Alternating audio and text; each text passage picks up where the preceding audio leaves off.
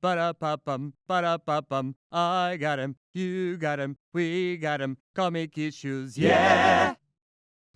Hey man, what's up? It's been a long time. We haven't gotten together in what seems like forever, but yeah, the YouTube thing of I don't know. Get I'm one of those people that go headstrong into everything that I want to do, and then there's so much out there to do that I feel like I can't. For some reason, it just clicks off, and I move on to the next thing. I'm trying not to let that happen with YouTube because I really enjoy doing this. It's just I don't know. I just I go 100% like I said into one thing and then move on to the next thing. So, but we're trying not to do that because I like talking to you. I like showing you stuff, and I think part of the reason is just not to be woe is me, whatever. But there's just a bunch of people doing this, so there's really I don't find much. How do you say it? Gratification, I guess, or whatever. I don't feel like I'm contributing anything by doing it as well.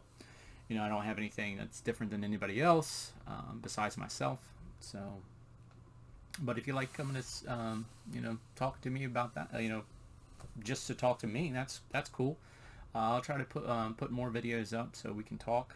I haven't done a review in a long time, so let's do a review. So I want to review this Free Comic Book Day Red Room. I was pretty excited about this. The art pretty much intrigued me. Nice wraparound cover.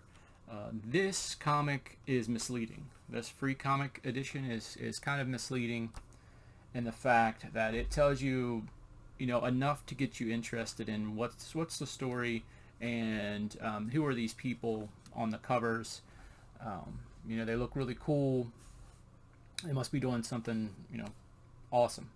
I didn't know what a red room was. So I went through this, and I'll tell you, the free comic was pretty intriguing. It tells you about, the art's good in it. As you can see, some of the art, that's the way it is throughout the whole thing, except for when you get to the last story.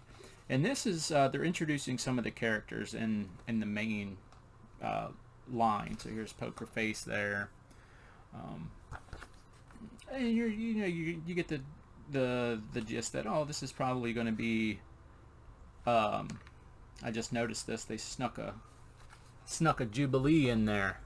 Right there, you see that? Snuck a Jubilee. But it's okay.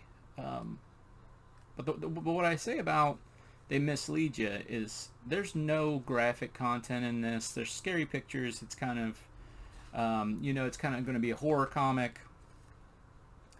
And this is I really like the last story, Juniper.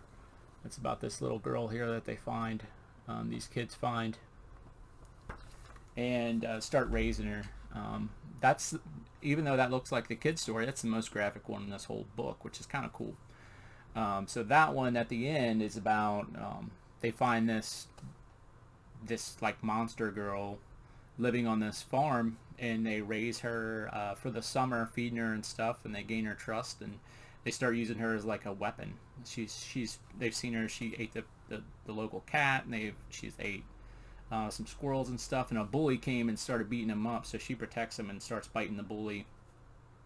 And then at the end, the bully's trying to get in to the house to stab them, and she sees that, so she actually destroys the bully, starts eating him, and the abusive stepdad comes down the stairs and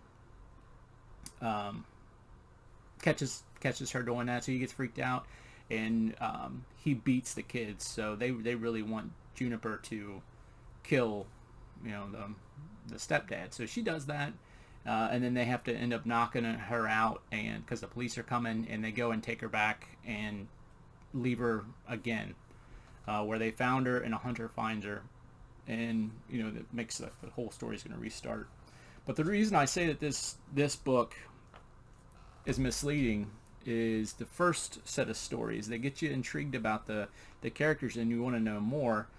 And you go and you read the first story. So this is a two-part review, I guess, because in Red Room number 1, I went and read that.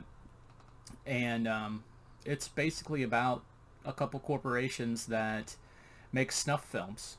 So using Bitcoin, and they have stars of the snuff films that kill people, and they're dressed as different things, and that's what these guys all are here, right here, different stars of the snuff films.